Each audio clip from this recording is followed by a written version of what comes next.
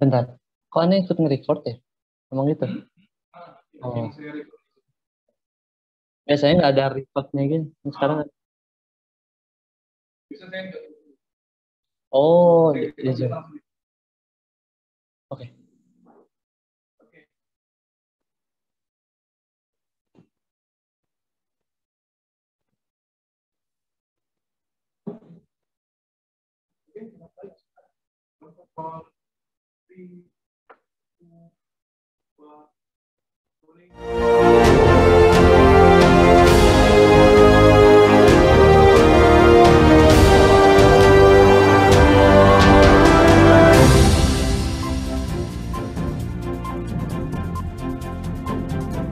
Assalamualaikum warahmatullahi wabarakatuh. Alhamdulillahirrahmanirrahim. Allahumma sholli ala Muhammad wa ala ali Muhammad. Pemirsa, salam jumpa kembali di program Kabar Petang edisi Kamis 5 April. 5 Agustus. Astagfirullah. Apa Sat? Ulang dah.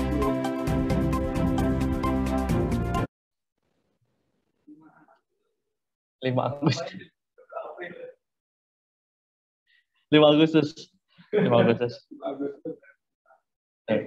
Ulang. Emperor di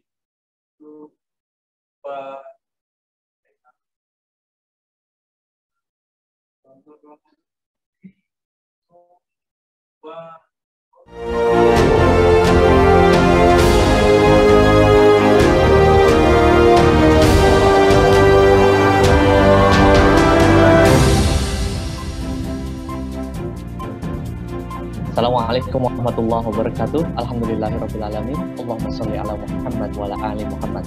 Pemirsa, salam jumpa kembali di program Kabar Petang edisi Kamis 8 Agustus 2021 bersama saya Fatih Salahuddin.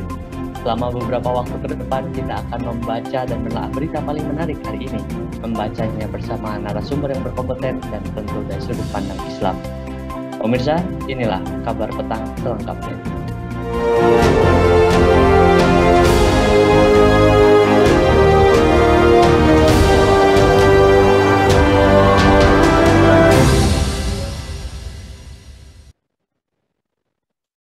Dilansir Reuters, kepemimpinan Muhyiddin terus berada di ujung tanduk setelah berselisih dengan Raja Sultan Abdullah terkait pemberlakuan status darurat COVID-19.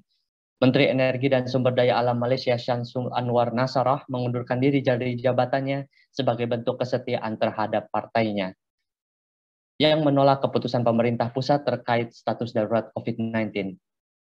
Ketegangan antara pemerintah dan kerajaan terjadi ketika Muhyiddin melalui salah satu menteri kabinetnya mengumumkan tak memperpanjang status darurat COVID-19 tanpa restu raja.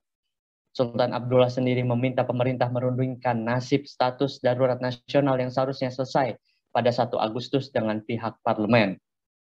Malaysia kembali catat rekor kematian COVID-19. Pihak oposisi pemerintah menilai kabinet Muhyiddin telah melanggar konstitusi karena tak berkonsultasi dengan raja soal pemberlakuan status darurat. Sebenarnya bagaimana dinamika yang terjadi di Malaysia? Apakah kapitalisme akar penyakit politik kronis di negara tersebut? Kemana seharusnya arah pergerakan rakyat Malaysia untuk mengakhiri krisis politik saat ini? Untuk membahasnya, kami telah terhubung dengan seorang pengamat hubungan internasional, Bung Budi Mulyana. Assalamualaikum, Bung Budi. Waalaikumsalam warahmatullahi wabarakatuh, Bung Fatih. Bung Budi, bagaimana kabarnya? Alhamdulillah, sehat. Alhamdulillah. Baik, Bung.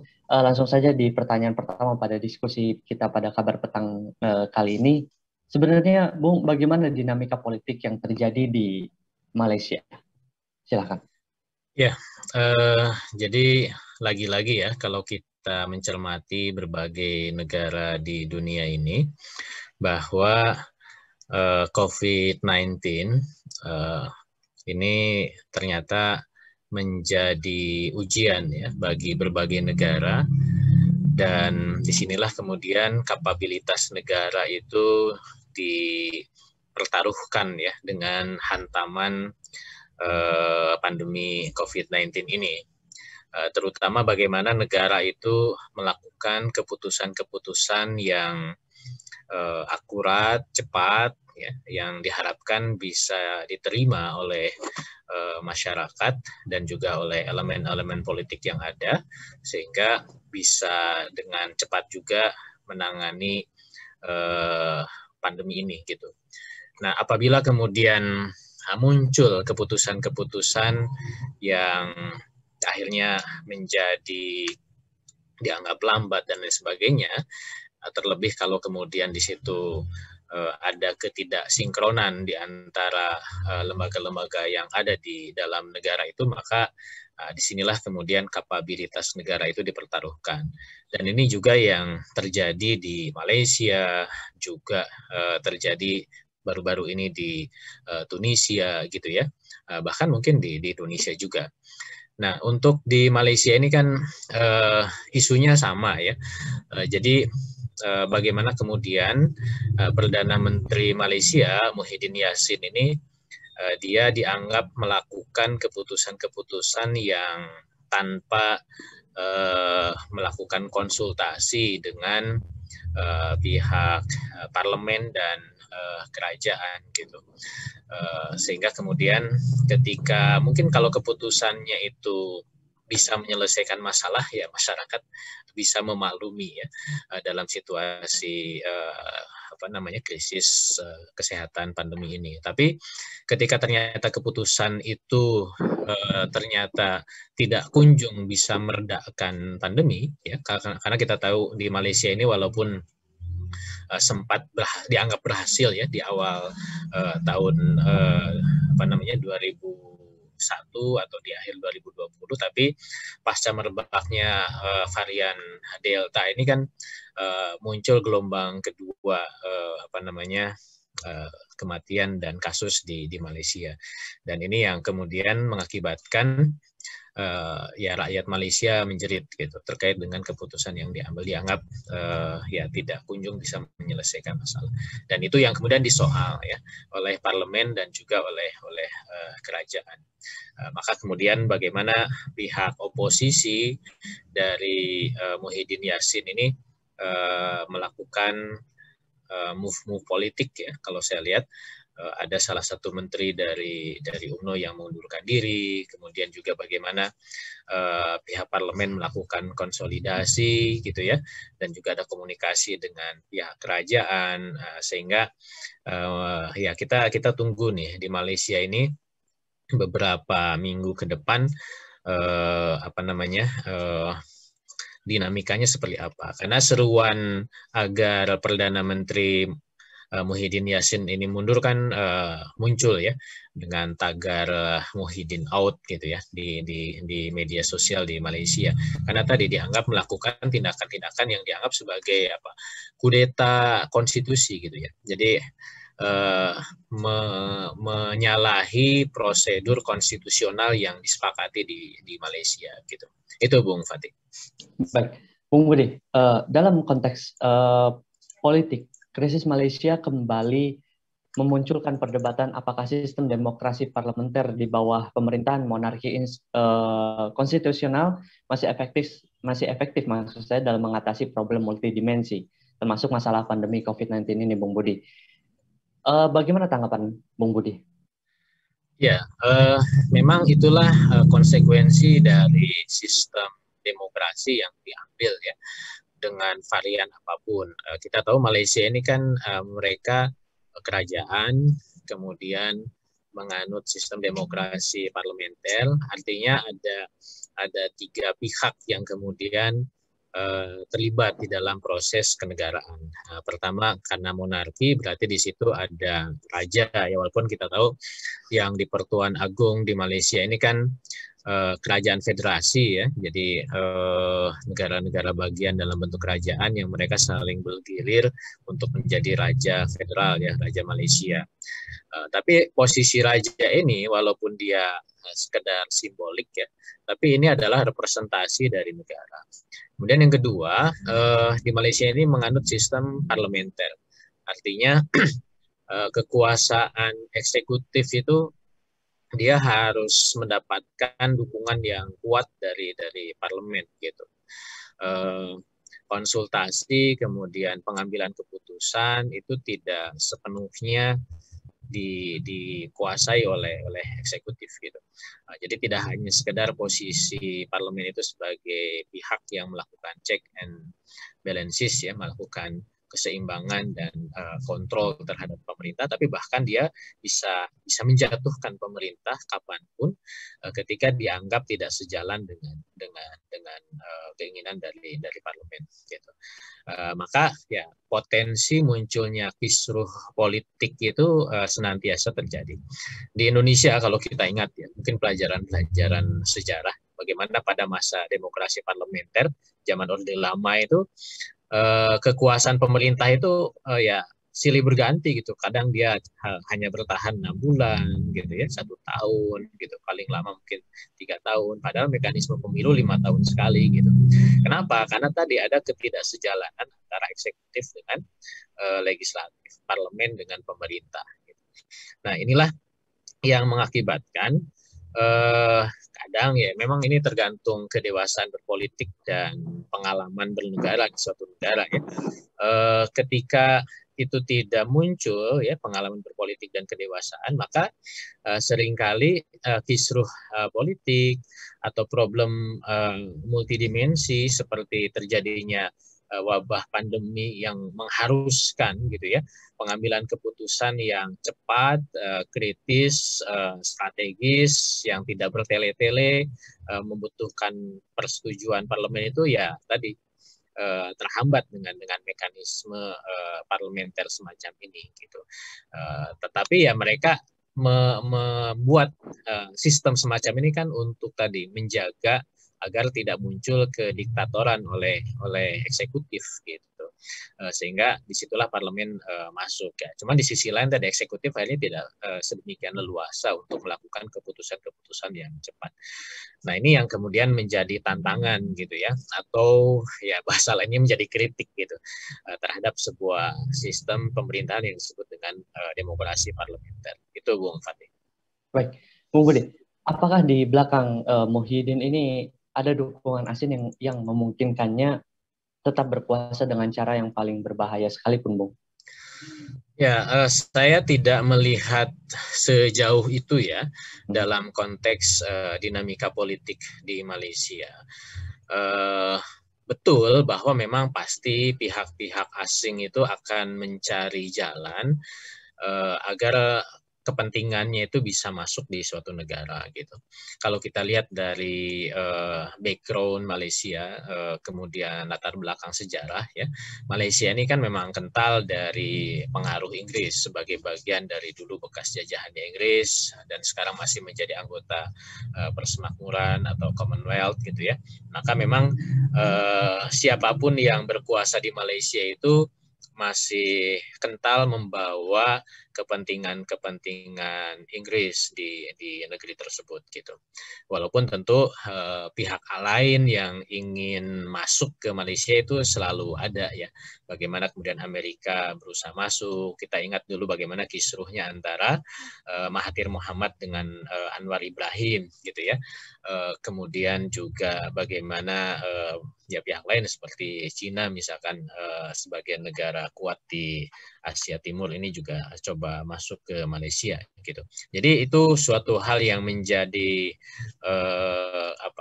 hal yang dianggap diketahui lah ya bahwa memang selalu pihak asing itu mencari jalan agar dapat memuluskan kepentingannya di suatu negara gitu. Nah tentang Muhyiddin sendiri kan kalau kita lihat track record-nya itu dia sebenarnya konservatif gitu ya. Dia berkarir di UMNO, kemudian juga dia bersama-sama dengan Mahathir. Artinya memang dia membawa kepentingan, ya kalau bisa dianggap membawa kepentingan ya, sejalan dengan UMNO ya, membawa kepentingan tradisional politik Malaysia yang di situ kental dari kepentingan Inggrisnya gitu. Cuman memang belakangan ini kan menarik dinamika politik di Malaysia gitu ya, bagaimana ketika Mahathir comeback gitu ya, dia sudah sepuh tapi dia kembali memimpin perlawanan terhadap Perdana Menteri Malaysia sebelumnya ya, Ahmad Badawi dan juga Najib Rajak ya, itu kemudian mendapatkan keinginan untuk kejayaan masa lalu ya, di masa Mahathir yang memang betul-betul bisa membawa Malaysia maju. Tapi idenya kan justru membawa ide pembaruan gitu ya, pembaruan dalam arti berbeda dengan platform politiknya UMNO gitu. Dan di situ juga kita lihat bahwa ternyata Muhyiddin ikut di situ ya, walaupun ternyata sekarang kan dia justru beroposisi dengan seniornya Mahathir gitu. Jadi kalau tadi bicara tentang kepentingan asing, memang itu akan selalu ada, tapi ya tidak begitu kental sebenarnya dalam konteks kisruh dinamika politik Malaysia belakangan ini gitu. Justru saya melihatnya ini adalah pertarungan elit-elit politik secara personal gitu ya, yang memang kebetulan dipicu oleh kondisi pandemi yang mengharuskan kecepatan di dalam penanganan, tetapi ketika fatsun politik atau etika politik yang semestinya dilakukan dalam konteks negara konservatif semacam Malaysia ini tidak dilakukan, maka disitulah ada ketersinggungan dan lain sebagainya gitu. Itu Bung Fatih. Baik, berarti tadi Bung Budi sempat menyinggung bahwa ini ada pertarungan antar elit-elit politik ya secara personal gitu. Pada dimensi politik saat ini, sikap Muhyiddin apakah sikap Muhyiddin itu akan mengambil langkah untuk mempertahankan kekuasaannya, Bung? Dan apakah langkahnya itu akan meningkatkan kebencian masyarakat atas kekuasaan yang sudah ada di Malaysia saat ini, Bu? Ya, sebenarnya masyarakat Malaysia itu kan menuntut penanganan krisis dengan tepat dan benar gitu ya, bisa segera mengakhiri pandemi. Ya. Nah, cuman kan itu ternyata walaupun awalnya bisa ditangani, tapi ya beberapa bulan ke belakang ini kan kelihatan bahwa kebijakan-kebijakan yang diambil oleh Muhyiddin ini tidak kunjung bisa menyelesaikan gitu, sehingga terjadilah kegaduhan masyarakat Malaysia di sana yang mulai menyinggung ke aspek-aspek politik gitu. Ya karena memang Muhyiddin ini kan Perdana Menteri yang diangkat pada masa krisis gitu ya. Dia diangkat di awal 2020 ketika memang pandemi sedang mulai mengejala gitu. Jadi dia betul-betul Perdana Menteri yang hadir untuk menangani krisis gitu. Jadi memang disinilah kemudian harapan masyarakat terhadap Muhyiddin yang dia bisa hadir untuk menyelesaikan itu ya tidak kunjung bisa terpenuhi gitu, setidaknya sampai belakangan ini gitu. Nah, apakah Muhyiddin akan mempertahankan kekuasaannya? Tentu ya ini suatu hal yang sifatnya standar gitu ya. Bagaimana kemudian ya selama dia berada di dalam masa jabatannya dan di situ ada kepercayaan yang kuat ya dari masyarakat karena dia memang dipilih secara konstitusional, tentu dia ingin berusaha untuk bisa menjalani kekuasaan itu dengan sebaik-baiknya gitu. Cuman kan tadi masalahnya adalah bagaimana kesabaran masyarakat terhadap pihak yang sedang berkuasa ini gitu. Setahun setengah ya kurang lebih dia sudah berkuasa dan ini dalam kondisi pandemi gitu ya, ternyata ya tidak ada perbaikan yang signifikan, maka disitulah kemudian keinginan Muhyiddin untuk mempertahankan kekuasaan ini kan mendapatkan tantangan dari kemampuan dia untuk bisa secara efektif menangani pandemi COVID-19 di Malaysia gitu. Itu Bung Fatih. Baik, Bung Budi, tadi secara luas Bung Budi sudah jelaskan bahwasannya pandemi COVID-19 di seluruh dunia itu menjadi ujian bagi sistem negara, ujian bagi pemimpinnya, Bung. Nah, secara luas, Bung, apakah sistem demokrasi gagal mengatasi pandemi, politik, dan ekonomi di negara-negara yang mengandung sistem demokrasi, Bung? Ya, demokrasi itu kan dia mengidealkan kehadiran partisipasi rakyat ya, dengan pembagian kekuasaan, legislatif, eksekutif, yudikatif, kemudian juga dengan menghadirkan partisipasi rakyat melalui mekanisme pemilu, termasuk juga keputusan-keputusan dan aturan yang diambil yang selalu bermuara kepada kedaulatan rakyat gitu. Nah, cuman kan inilah yang menjadi kritik dan tantangan serta ujian bagi sistem demokrasi yang sekarang seolah-olah menjadi sistem yang mainstream di dunia ini ya. Proses demokratisasi terjadi di mana-mana, tapi inilah ujiannya gitu, karena dalam kondisi krisis, kondisi apa namanya tadi yang saya sebut ya, membutuhkan keputusan yang cepat dan seterusnya, maka sistem demokrasi yang mengangankan idealismenya tadi itu ya tidak bisa dijalankan gitu. Bagaimana bisa seorang pemimpin yang harus cepat mengambil keputusan, dia harus diintervensi dengan pihak-pihak yang mengatasnamakan rakyat ya, mengatasnamakan balancing ya, pengawasan, kontrol yang bisa jadi dia itu membawa kepentingan gitu ya, baik kepentingan rakyat atau kepentingan individu atau bahkan kepentingan asing gitu. Nah, disinilah ujiannya gitu, disinilah kritiknya terhadap sistem demokrasi ini. Dan tentu sangat tidak ideal, sangat tidak nyaman gitu ya. Seorang pemimpin yang harusnya dia mengemban amanah untuk segera menyelesaikan dalam kondisi krisis, itu kemudian diintervensi oleh hal-hal yang yang mengganggu keputusannya itu dengan atas nama demokrasi tadi gitu. Itu Bung Fatih. Baik, jadi Bung, kemana seharusnya arah pergerakan rakyat Malaysia untuk mengakhiri krisis politik yang seperti sedemikian rupa itu? Ya, setidaknya dalam fenomena COVID-19 ini ya, tidak hanya Malaysia tapi dimanapun, ini menjadi bahan untuk membangun kesadaran politik masyarakat gitu, bahwa kita butuh sebuah sistem politik yang tangguh ya, dalam menghadapi berbagai kondisi gitu. Tidak hanya berbicara sistem politik dalam kondisi damai normal gitu ya, tapi ya ada situasi-situasi yang memang kritis ya, mungkin peperangan atau sekarang wabah gitu. Maka di sini harus membangun kesadaran bahwa harus ada sebuah sistem politik yang tangguh dalam kondisi apapun gitu.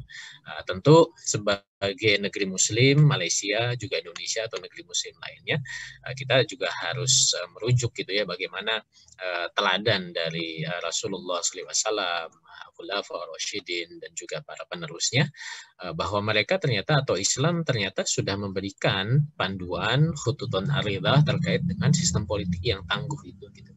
Nah, setidaknya ini menjadi situasi yang harusnya membangun kesadaran kita bahwa memang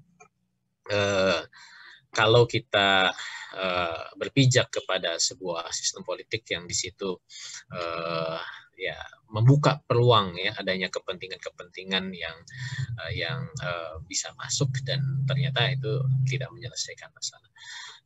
Maka disinilah Islam itu hadir sebagai solusi untuk menjadi rahmatan lil alamin. Itu Bung Fatih. Baik, Bung Budi, terima kasih atas waktunya telah hadir di program Kabar Petang pada hari ini, Bung. Ya, sama-sama Bung Fatih.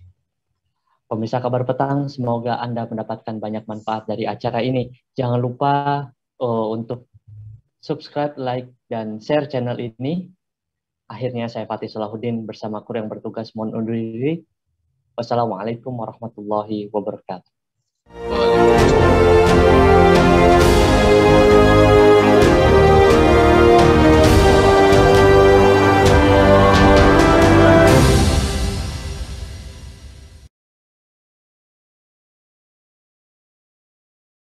Hari ini balelol ya.